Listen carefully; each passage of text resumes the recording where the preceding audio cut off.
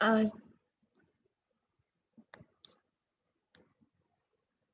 so today I'm going to explain about research articles and publications. So let's move ahead.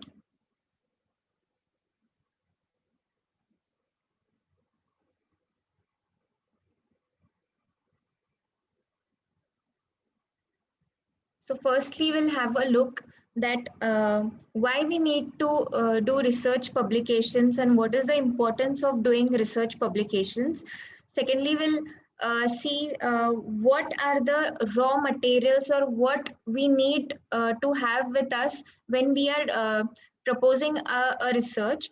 And thirdly, I'm going to explain about what are the main points or how we have to write a research proposal. So we'll have a glance at why we need to merge research into our education.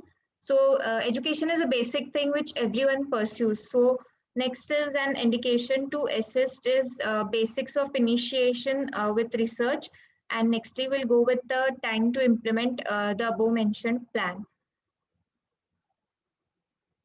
So importance of doing a research. So what is the importance and why you need to do research? So apart from theory, there is a need to look for our likely domain, which in turn is beneficial to ourselves. So apart from theory, we need some practical knowledge. So this is the best thing, that is we have to read research articles main from our domain, the domain which we like. For example, if we say technical domain, then there is machine learning. You can go for reading articles with natural language processing. This will improve not only the theory knowledge, but practically also it will enhance ourselves. So secondly is enhance our interests into a respective domain. So as I said, which domain we are liking, so we have to get into that domain, search some articles relating to it, which will also develop a prototype of interest in ourselves. Thirdly, we'll see, you do not have to underestimate yourself, because there is always something new to discover in every domain. So we much likely we consider that, yeah, what I'll do after doing this research and everything. So we study theory, so we need to study research also. It is similar to theory, but gaining of practical knowledge is on top of that, what we achieve. So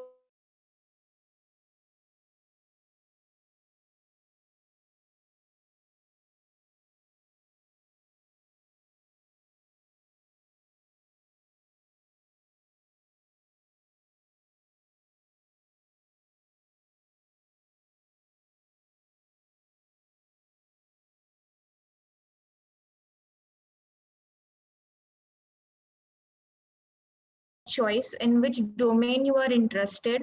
So even for domain of your choice, you can go through Google and search. There are many of domains that people choose. Second is you have to search for reference articles on that related domain, and at least you need more than 5 papers. So whenever we go into a particular domain, so we need to research for that particular domain and search for the reference articles which are related to that domain. So at least we need to gather a 5 to 6 research articles or papers that will give us overall overall look of what that domain is, what problems it is, what problems are existing in that domain at present, or what is the current situation of the domain that you have selected. So next is we have to analyze the paper. So once we have selected those papers, the first thing that we have to do is we have to analyze the papers, divide the papers in sections. The paper will already be in sections, so it is much easier to go ahead with learning so many papers. So we have to divide it in sections, and we have to make a literature review of understandings from the paper. So basically, literature review must be of 12 to 15 lines, around 12 to 15 lines, that makes our understandings from the paper, that what we have understood, what is the existing problem, and what are the further steps that we need to carry on. So next is after literature reviewing technique, uh, what is the main advantage is it enhances the ability to understand the paper contents. Just by reading, we'll understand that, yeah, this has been done in the paper. But when we do a literature review of about a paragraph, we understand ourselves that what actually has been done in the paper. Then next is we identify the problem in mentioned article. So after literature reviewing, automatically we'll get across the problem identification, why the paper has been released, and how the problem has been solved in that particular related article. Next, we'll be going to next start to prepare on what you can improve in the existing article and what will your research provide. So once we have done all the literature review of 5 to 6 papers, we'll be having around 6 paragraphs with us that tell us about what the papers are telling to us.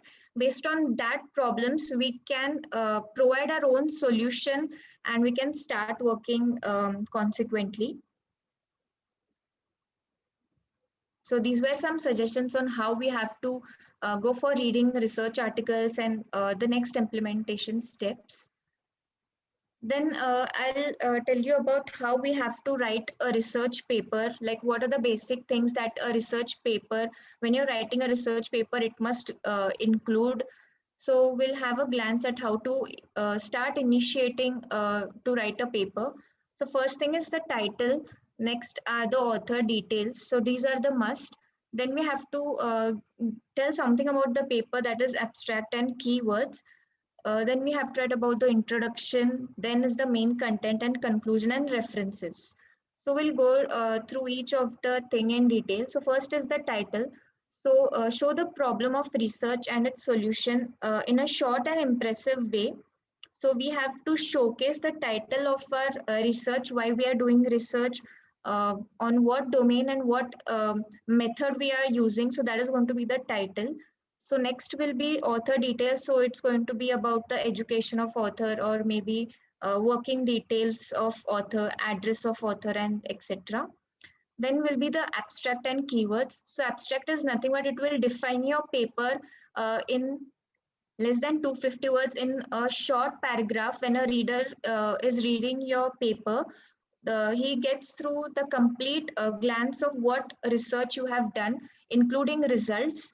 And keywords are nothing but what methods you have used, or what domain you are doing a research in.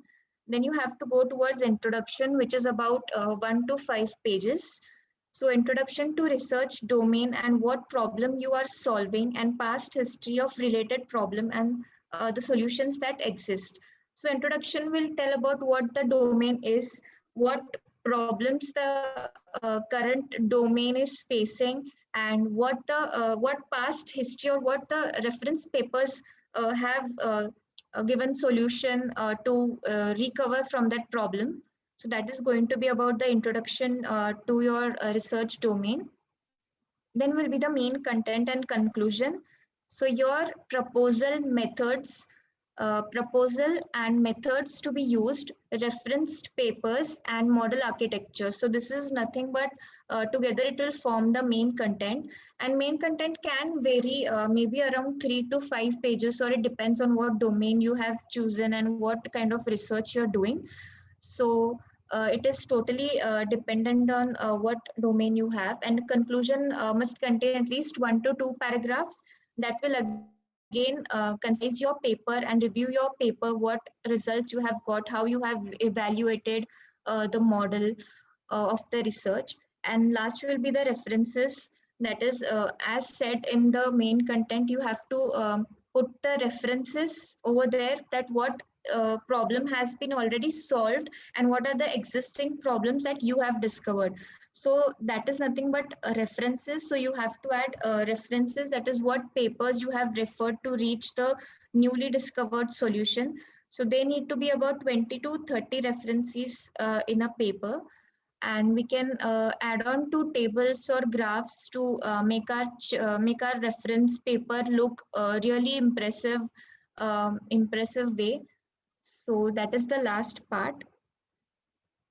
So this is a glance. You have to include title, author details, abstract and keywords, introduction, main content, conclusion, and references. This is the basic of writing a research proposal. Thank you.